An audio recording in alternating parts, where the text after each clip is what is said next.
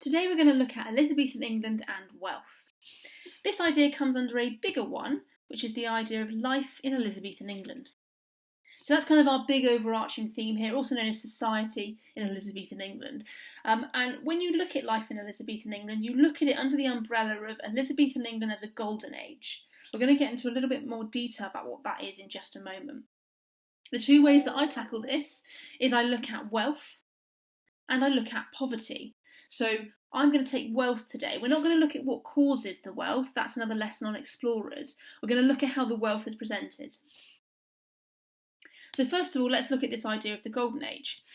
Interestingly, much like the Armada myth, the Golden Age is a bit of a myth in Elizabethan England. It's something that we have taken and we've kind of run with it, assuming that Elizabethan England is this beautiful, refined, prosperous time for everybody. Life is amazing. You've got theatre, you've got plays, you've got all these incredible things happening. But actually, the reality is not a golden age all the time. We're going to read a little bit here by Ian Mortimer, A Time Traveller's Guide to Elizabethan England, and he's going to give you his perspective on this idea of the Golden Age. He says, in the 21st century, we are used to hearing a positive view of Elizabeth's England. We refer to the Queen herself as Gloriana. We think of the defeat of the Spanish Armada, and Sir Francis Drake circumnavigating the globe in the Golden Hind. We think of writers such as Francis Bacon and Sir Walter Raleigh, the poets and the playwrights like Christopher Marlowe and William Shakespeare. The problem is that our view of history diminishes the reality of the past. Like all societies, Elizabethan England is full of contradictions. Some practices will impress you as enormously sophisticated and refined. Others will strike you with horror. So what I'm going to do now is just present a few questions, and if you wanted to pause and answer the questions, that would probably be quite helpful. The first questions I'd like to ask you are, what does Mortimer suggest about Elizabethan England? So what does he believe about it? And then a good practice here is to summarise that in a sentence using some quotes and also putting it into your own words. In the AQA exam, you will be required to read interpretations and understand them. A really good way of practising that is to put them into your own words and then use their quotes to support you. So if you'd like to pause the video and have a go at that now, that'd be really helpful.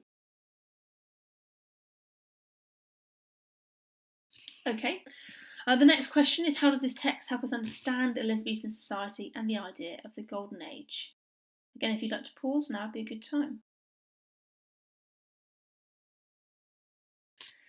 So, I think here Mortimer is suggesting that it's complex. It's not simple. You can't give it a broad brush of a golden age. There is a whole lot more going on there. As he says, there are contradictions. Some things are amazing, but other things are really quite horrible. He does list the incredible things that happen, but he thinks that we sometimes focus on that too much and we forget what it's really like on the ground. So that's what we're going to look at today. We're going to look at wealth. We are actually going to look at the positive side of it. So do bear in mind, everything we're looking at here, there is a negative underside going on too. We're going to start off with something called the Great Chain of Being, and this helps us understand Elizabethan society. So it's based on this Great Chain of Being. If you've ever done the Normans, you will know that William the Conqueror brings in the feudal system, which is a hierarchy, and that's very similar to what's going on here. So you have the monarchy, the nobility, the gentry, the merchants and the peasants. And that is your social order. You belong to one of those groups and that's probably your life there.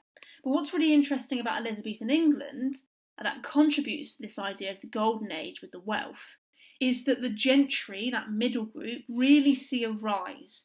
It's been happening before Elizabeth, but now we see it kind of coming to fruition. You've got the money coming in from exploration. So the gentry really get a boost during this time period. So people say, oh, this is a time of a golden age because those that previously were stuck in lower social classes can now climb. That's a bit of an overstatement. Not everybody's doing that. So what are the gentry and the nobility? The gentry are the lower of the two, and they're the landlord of the countryside. They tend to live on the rents of their tenants and they don't do manual labour. You won't see them out in the fields. Their income could range from £10 to £200 a year, so about £1,700 to £34,000 in today's money. Some of these members are actually wealthier than the poorest nobles, which is really quite interesting, and we'll kind of touch on that in the next slide. And some of these gentry would have been the justices of the peace. The nobility then, they're the most respected members of society. You would tend to be born into this group. Titles can be awarded by the Queen, but a lot of these people are what we call old nobility. That title has belonged to their family for years and years and years, and their first son will carry on that name. They do have special privileges such as protection from torture, and if you commit treason as a noble, you are beheaded, not hanged in public, so you kind of save your reputation that way. 14% of the country's income actually goes to 1% of the nobility, so they have a lot of the money coming in. Now here's the thing, the nobility, their power comes from their titles. By having that, being a duke or a baron, that makes you incredibly powerful. Now the gentry don't have the titles, so their power comes from their land and money. So in some ways they can eclipse the nobility if a nobility's got a bad reputation and the gentry member happens to earn a lot of money. Some really famous examples here that you will recognise are William Cecil, Sir Francis Walsingham and Christopher Hatton. You'll notice that is 3 of Elizabeth's really, really close advisors during her reign. There's a reason for this, and it links to religion. Elizabeth wanted to make sure that she was surrounded by people she could trust, and the nobility, being inherited and being established, a lot of them were Catholic. So having those around her wasn't necessarily the best idea, so she tended to promote the gentry instead, as you can see there. Now we know who the nobility and gentry are, we're just going to move into how we can see this wealth growing. The first thing is clothing. Really interestingly, Elizabeth actually has a very strict set of rules regarding what people are allowed to wear. This starts with her father, Henry VIII, whose actual first act of parliament is to restrict the clothing of the lower classes. A few examples are purple is restricted to royalty and nobility, the cloth of gold and silver or embroidery of gold and silver was restricted to nobility, and wearing woolly hats on Sundays is forced on people to promote the buying of British wool, so to keep the economy going. So there's Elizabeth dressed really quite elaborately. You can see the pearls around her neck. That is not something that other people would have been allowed to wear. So the question we would ask is, what's the purpose of these laws? And it's a really interesting thing. Essentially, the nobility would always dress very well, but the gentry, as we know, had started to earn more money. And as they started to earn more money, and this is true of the merchants beneath them as well, they started to dress a little better. And so it became very confusing who belonged to which social class. And you didn't want to find yourself as a noble talking to a gentry member that was a very low social standing. So they began to bring in these laws, called the sumptuary laws, in order to differentiate which people belonged to which social class. And you could see by the gold or silver trim on their clothes they were nobility. If they didn't have that, they were probably the gentry. So interestingly, you can see wealth through clothing, but Elizabeth very quickly clamps down on that. The next way we see wealth is houses. This is a great one because you can visit a lot of these places still. So if you're interested in this, when all of this is over, you're able to go visit and see these places for real. So if you're thinking about a traditional Tudor house, you're probably thinking about Speckhall. You've got the classic white plaster with the black beams on top. That is what everybody thinks of when they think of Tudor.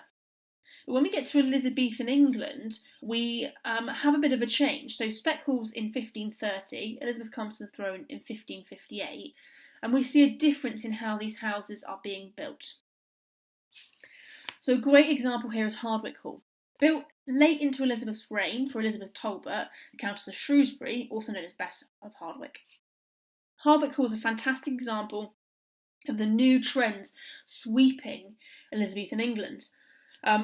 One of the things you'll notice is the windows. There's a really famous phrase with Hardwicke Hall that a lot of teachers that taught this course a couple of years ago will bang their heads against the wall when they hear, but it's Hardwicke Hall, more window than wall, and we'll talk about why there's so many windows on the next part. But you'll also notice it's got columns at the front. That is inspired by the ancients. There was a new interest in ancient Greeks and ancient Romans that kind of inspired some of the architecture. Another house here is Burghley House. That was built in 1550 for the Cecil family. So again, very different to Speck Hall. You haven't got that plaster, you haven't got the beams anymore. And the final one I wanted to show you here is Woollerton Hall. And this is built in 1580 for the Willoughby family. You might recognise it as Wayne Manor from the Batman films. But another example that's completely different to what you would have expected for Tudor houses. So let's look a little bit closer at this then.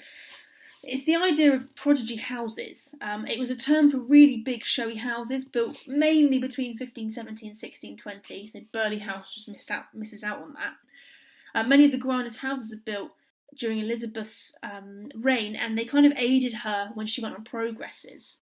Here, it's incredible. The windows are unbelievable, and that's because windows became accessible for the nobility. So they still weren't cheap. They were very expensive, and by having a lot of windows, you showed that you were wealthy, but they now could make them into bigger panels rather than small, tiny latticed windows, hence why Hardwick Hall is really showing off their windows. You had a long gallery built, so Hardwick Hall's got a massive gallery with loads of paintings in it. And you just get this incredible building of houses that are absolutely stunning. There's lots and lots around still. We've got Montague House, you've got Longleat that you can go and visit and see this new trend coming in. So that showed the wealth they were getting from the exploration and the trade that was coming in. Another thing was food. So there's a change in food slightly. During Elizabeth's reign, we see breakfast become quite popular. The nobility will take it after they've woken up. Trade and exploration has also contributed to exotic foods coming in. Wealthy Elizabethans would have spices such as cinnamon and ginger. You've got pineapples, chilies, potatoes, tomatoes and chocolate. So all these new foods coming from the places we are now trading with. Sugar is also a new import for the Tudors. It's really, really popular with Elizabeth, who is actually known to put it on her salad. I think I heard recently that Elizabeth's toothpaste was honey and sugar. If you know anything about dental care, that is not a good combination to be brushing your teeth with, but she loved it so much, she tried to have it as much as she could. And then Elizabeth courtiers had high diets in meats and eating such sheep, deer, pigs, oxen, and food is served on silver and gold. So you're showing the wealth through your food. So if you were looking purely at the nobility, you'd say, yes, absolutely, this is a golden age. But do remember, these are all expensive things. They're not being bought by everybody. And finally, we come to entertainment. There is lots of entertainment in Elizabethan England that's been happening since the Middle Ages. But the thing about entertainment is that it was very divided. So you had jousting for the upper classes and you'd have bear baiting for the lower classes. You wouldn't tend to mix, but suddenly there was a development of theatre. I'm not going to go into a huge amount of detail here, but probably do a whole lesson on theatre because it's really fascinating. But Shakespeare is famously associated with this time period, and his rise could not have happened if we didn't have the rise of the theatre. Before theatres are built, play troupes would go around and they would play in gardens, and they wouldn't have official stages necessarily, but someone decided why not build a purpose-built place, and one of those that comes out of that in 1599 is the Globe Theatre. If you go to London, you can see a replica that was built in the 1990s as the real theatre was burnt down. But I just want to talk to you about the Globe Theatre because it's incredible, and you can see in the picture here a few things. So at the bottom you can see the standing people. That was the groundlings, and that was a penny to stand in there. So if you weren't relatively rich, if you were sort of a commoner or a peasant, you would be able to afford a ticket. Then if you look at around the edges, you've got where the nobility would sit, or the gentry, and actually on the left, the stage, you could actually sit on the stage if you were very, very, very important and very rich noble. It also brought in new types of plays, so it moves away from religion. After we lose the monasteries in the 1530s, we move into comedies and tragedy, so Shakespeare's a really big person here who promotes different styles of plays. And people get really into the storylines, and you've got histories coming in as well, with like Richard III, which is really interesting.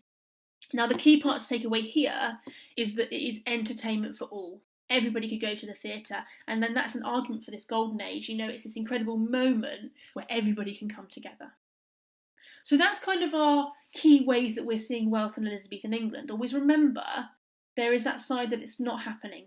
Okay, there is also the poor, there is the people that can't afford the clothing, there is the people that can't afford the houses. So that's one argument. If you were saying, yes, it's a golden age, it's everything you've just seen. Next time we will look at why we can't say 100% it was a golden age for Elizabethan England.